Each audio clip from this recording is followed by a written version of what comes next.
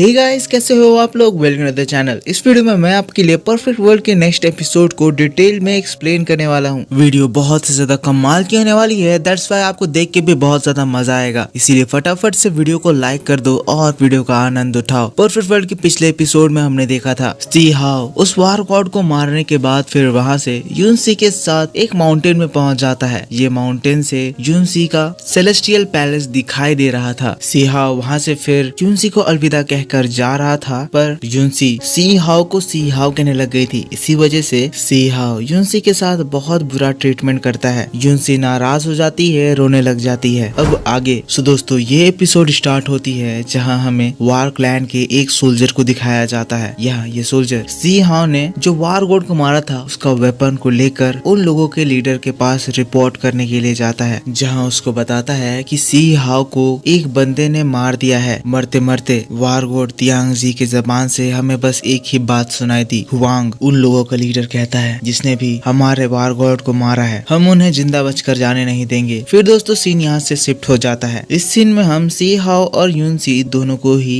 Celestial clan के अंदर देखते हैं। यहाँ पर से इन लोगों का पैलेस स्टार्ट हो जाता है। अब यूनसी सी हाओ से कहती है कि सी हाओ तुम मेरे साथ चलो, तुमने मेरी बहुत ज्यादा हेल्प करी है, मैं तुम्हें मेरे क्लैन के सभी लोगों से मिलवाऊंगी। सी हाओ कहता है नहीं नहीं, मैं अभी यहाँ पे नहीं रुक सकता हूँ, मुझे जाना होगा, मुझे जरूरी काम है। फिर यूनसी कहती है पर मोशी तुमने अभी अभी एक वार गॉड को मारा है, तुम्हें थोड़े दिन हमारे पास रुकना चाहिए क्योंकि इसके बाद वार क्लैन शांत नहीं बैठने वाला है। सी हाओ कहता है तुम्हें पता है ना मुझे किसी से डर नहीं लगता है। फिर कहता है अभी मैं यहाँ से जा रहा हूँ पर मैं प्रॉमिस करता हूँ कि मैं तुम्हारे पास जरूर लौटूंगा। एक दिन मैं यहाँ पर विजिट करूंगा और याद रखना उस दिन तुम्हें मेरी अच्छी खातिरदारी करनी है। सी हाओ ये सारी बातें कहते हुए वहाँ से चला जाता है, पर सी हाओ को जाता हुआ देखकर यूनसी अपने मन में सोचने लगती है मोशी कितना ज्यादा चुलबुल है। इसके इन हरकतों को, हैबिट्स को देखकर ऐसा नहीं लगता है जैसे ये अपने प्रोमिसेस को पूरा करेगा, पर इसके उल्टा ये अपने हर प्रोमिस को जरूर पूरा करता है। तुम में मेरे दोस्त सी हाओ की झलक है, मैं अभी भी सी हाओ को बहुत ज्यादा मिस करती हूँ, पर मोशी अब मैं तुम्हें भी मिस करूंगी, पता नहीं हम लोग अब दोबारा कब मिलेंगे। यूनसी दोबारा से अपने इयर रिंग्स को पहन लेती है और फिर क्लैन के अंदर जाने लगती है। पर वही दोस्तों हम सी हाओ को देखते हैं जो कि वहाँ से जाने का नाटक करा था। यहाँ पर सी हाओ एक दीवार के पीछे छुपकर यूनसी को जाता हुआ देख रहा है और फिर कह रहा है यूनसी अब सेफ है, मैं यूनसी के साथ सेलेस्टियल क्लैन में नहीं जा सकता हूँ कि वहाँ पे बहुत सारे